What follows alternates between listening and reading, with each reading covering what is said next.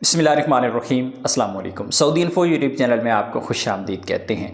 अगर किसी की उम्र 18 साल से कम है और वो वीज़ा लगवाना चाहता है पाकिस्तान से, उसकी फैमिली, उसका बाप, उसका भाई उसे सऊदी अरेबिया में बुलवाना चाह रहा है, वीज़ा भी हासिल कर लिया, चाहे वो फैमिली विज़िट वीज़ा है या किसी और टाइप का वीज़ा है, तो उन्हें सबसे बड़ा जो मसला पेश पहला आता है कि उनका वीज़ा स्टैंप ही नहीं होता क्योंकि उम्र कम है। और इसी तरह वीज़ा स्टैंप होने के बाद ट्रैवलिंग का मसला आ जाता है, एयरपोर्ट पर ट्रैवलिंग नहीं करने दी जाती। इस मसले का हल क्या है? इस मसले का हल आपको बता रहा हूँ, बिल्कुल सिंपल है, आसान है। थोड़ी सी हिम्मत करके आप इस तरीके से जाके अपना मसला हल कर सकते हैं। तो सबसे पहला जो काम है, जो सऊदी अरेबिया से विज़िट वीज़ा इशू करवाने वाला है, वो आसान है। आप अपने बच्चे के लिए अलहदा, भाई के लिए, किसी के लिए, यानी अपनी फैमिली मेम्बर, ब्लड रिलेशन जिनको फैमिली विज़िट वीज़ा अलाउ होता है, या किसी और टाइप का वीज़ा अगर लेते हैं, वीज़ा आपको मिल जाता है, तो पाकिस्तान में पहला मसला जो आपका आ रहा है वो उसका हल स्टार्ट में मैं आपको इजी स्टेप बाय स्टेप बताऊंगा।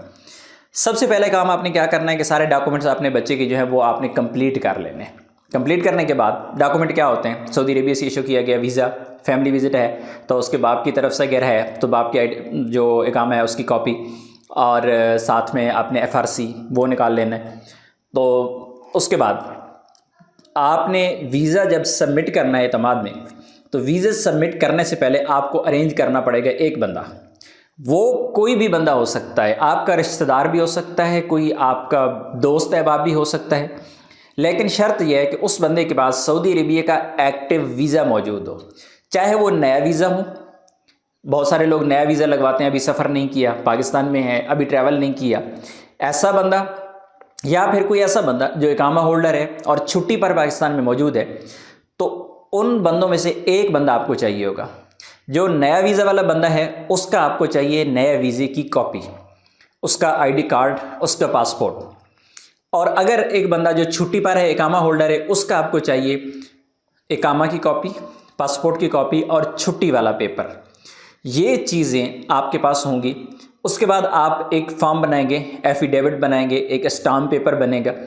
स्टाम्प पेपर के ऊपर अब उस बच्चे की माँ की तरफ से, अगर उसकी माँ पाकिस्तान में है या उसका बाप अगर सऊदी पाकिस्तान में है, तो वो उनकी तरफ से एक स्टाम्प पेपर बनाया जाएगा और उसके ऊपर उसकी माँ या बाप की तफसील लिखी जाएगी कि ID कार्ड नंबर ये, फ़लाँ जगह का रिहायशी, और मेरा बेटा, उसका नाम ये, उसका ID कार्ड अगर बना है, नहीं बना, बेफार्म, जो भी उसका रिकॉर्ड है, उसका पासपोर्ट नंबर ये, और ये फ़लाँ बंदा जो सऊदी अरेबिया से छुट्टी पे आया हुआ है इस वक्त, उसके साथ इसने सफ़र करना है और हमारी तरफ से इसको इजाज़त है।